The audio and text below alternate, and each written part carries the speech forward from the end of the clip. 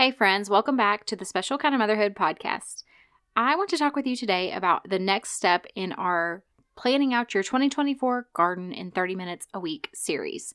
So we've kind of gone over the basics to get you started, and what we're going to talk about next is what can we do now that we have all of this preparation done, but now we're kind of in this stage of just waiting. So what can we do in the middle of this waiting stage that's actually going to set us up for success in getting our spring garden planted and getting everything growing and ready to go? So let's go ahead and get started.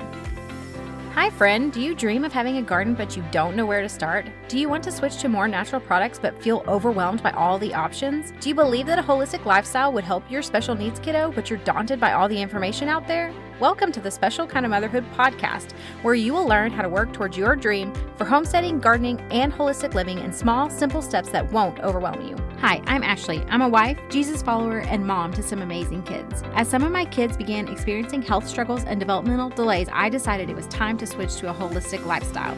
I quickly became stressed out and burnt out, feeling like I needed to change everything at once. I finally realized that I had to start making one small change at a time, then build from there. I learned to walk this holistic journey in a way that works for me and my family, without stress or overwhelm or constantly feeling like I wasn't doing enough. If you're ready to hear from another mama who understands what it's like to have no time and who can help you make changes towards better health for your family in a way that works for your specific life, then this is the podcast for you. Pop in your earbuds, reheat your coffee for the third time, and let's do this.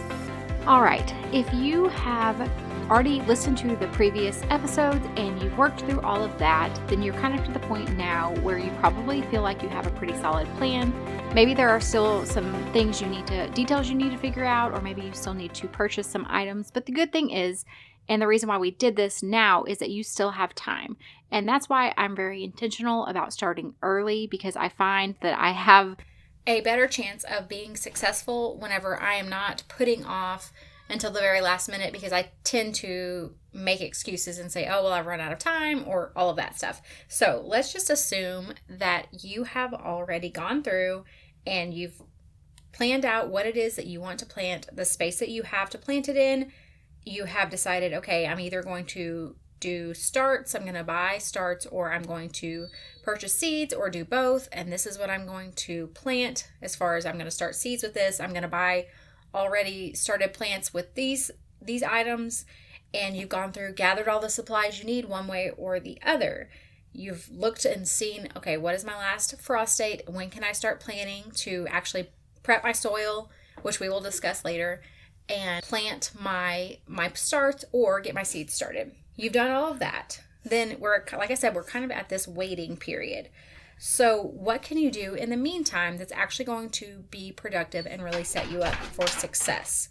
What I like to do in this time is actually to focus on learning. So what this can look like for me is I'm taking the time to read books, I'm watching YouTube videos, I am listening to podcasts, and I'm just growing my knowledge about the different things that I'm planning to do over the upcoming months. The great thing about this is it's still typically, it depends on where you live, of course, but where I live, it's still the colder months. So I'm inside a lot more. I have more time to really sit and devote to growing my knowledge around what it is I'm about to plant or what my goals are for my garden that year. So the example I gave last week, which was that I plan to increase my amount of medicinal herbs that I am growing. So that's something I'm really focusing on learning, is I'm going to buy these seeds to start them. Well, what's the best way to do this? Are there any special tips that I need to know to have the most success in growing these things? How do I plan to harvest them? What am I going to do with them once I actually start getting my crops coming in? Because a lot of times if we don't plan ahead of this is what I'm growing and this is what I plan to do with it, then sometimes it can end up being wasted. Which the wonderful thing for me about having chickens is that even if I don't get to something, I can give it to the chickens and it will be turned into eggs. But who wants to go through all the work and then end up wasting the produce because you didn't have a plan for how you're actually going to use that? So let's say you're going to grow green beans. Well, do you know how you're going to preserve them? Do you plan to freeze them? Do you want to can them? Do you have what you need to can them? Do you know how to can them? These would be great things to be really learning about and reading up on and getting a game plan during this time whenever you have a little bit of downtime. A book that I have that I really like, if freezing is an option that you want to go with, is called Freeze Fresh. I will actually post a link to it in the description below, but it goes through so many different things and telling you the best way to preserve them by freezing them. So that could be something that would be a great option. But figuring out, okay, this is what I'm going to grow, so I need to look and see, what do I need to know about growing this? Is there anything special I need to know about when I'm getting the seeds started? Is it better for me to direct sow? Is it better for me to start them inside? Beans you don't want to start inside. You're absolutely going to want to direct sow those. So just getting familiar with what it is you want to plant. Radishes are another thing. Carrots, you want to direct sow those things. You do not want to start them inside. But there are other things like I have good luck with watermelons, cucumbers, squash, tomatoes, any kind, most herbs. No, I won't say any of them, but most of them I can start inside ahead of time. So really just getting familiar with, this is what I'm going to grow. This is what my plan is for how I'm going to grow it. Or this is where I'm going to get the start from, or whatever it is that you're planning to do. And just soaking in that knowledge and figuring out what it is you're going to do. The other thing I would say is to look into, if you're looking at where you're growing. So are you going to be using raised beds? Are you going to be doing in-ground beds? Are you going to be doing planters? So looking at tips for growing in a raised bed.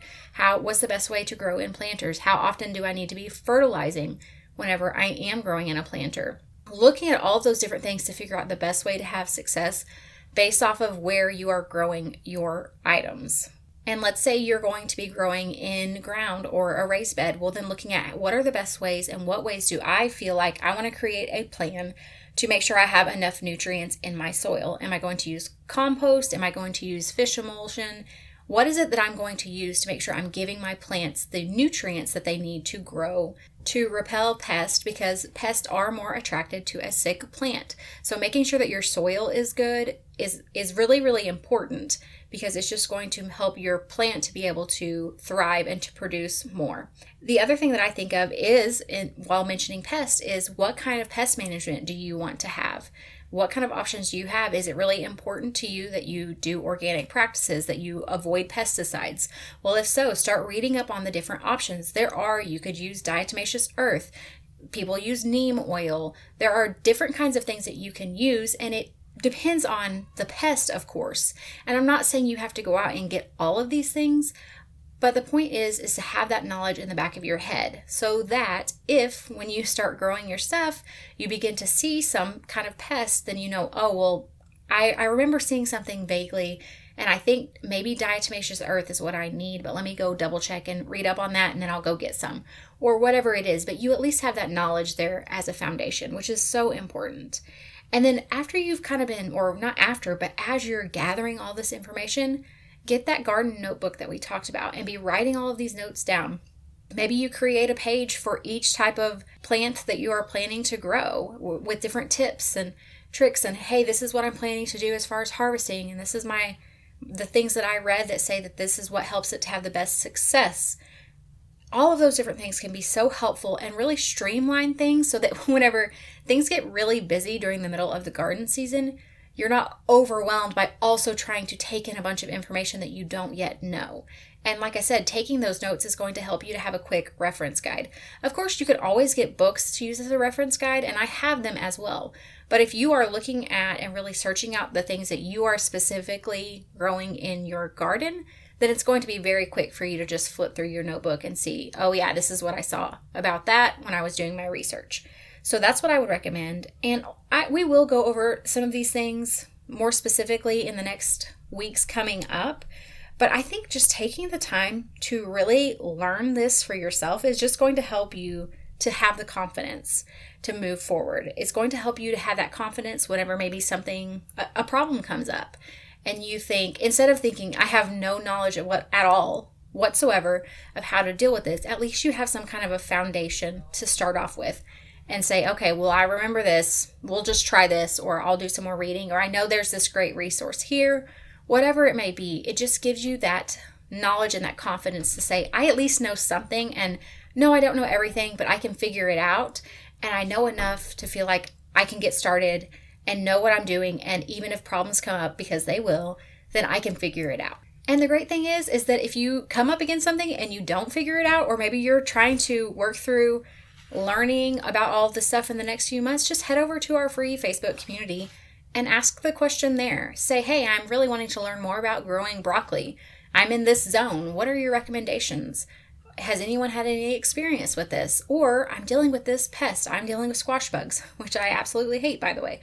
I'm dealing with squash bugs and I've tried this, and this, or I don't even know at all what to try. Could someone please help me out? I think that's why it's so important, and why this is so important to me, is to build a community to help each other, because we all have different strengths. We all have different experiences. And there are some things that I have never encountered just based off of where I live. Maybe I don't have that kind of pest. Maybe I don't deal with that weather condition. So I can't help if I've never experienced it. But when we come together as a community, then we can help one another. And that really is the point of this Facebook community. So I would love to see you over there. You can find it at bit.ly/motherhoodcommunity. I hope to see you there. And I also hope you guys have a wonderful week. I will see you back next time. Hey Mama, I hope you enjoyed today's episode. If so, would you take 30 seconds to share this with a friend who is wanting to live more holistically without the overwhelm? Also, don't forget to head over to Apple Podcasts to leave me a review. It blesses and encourages me to know that this show is helping you. All right, friends, it's time for me to go work in the garden and make some homemade bone broth. I will see you back next week.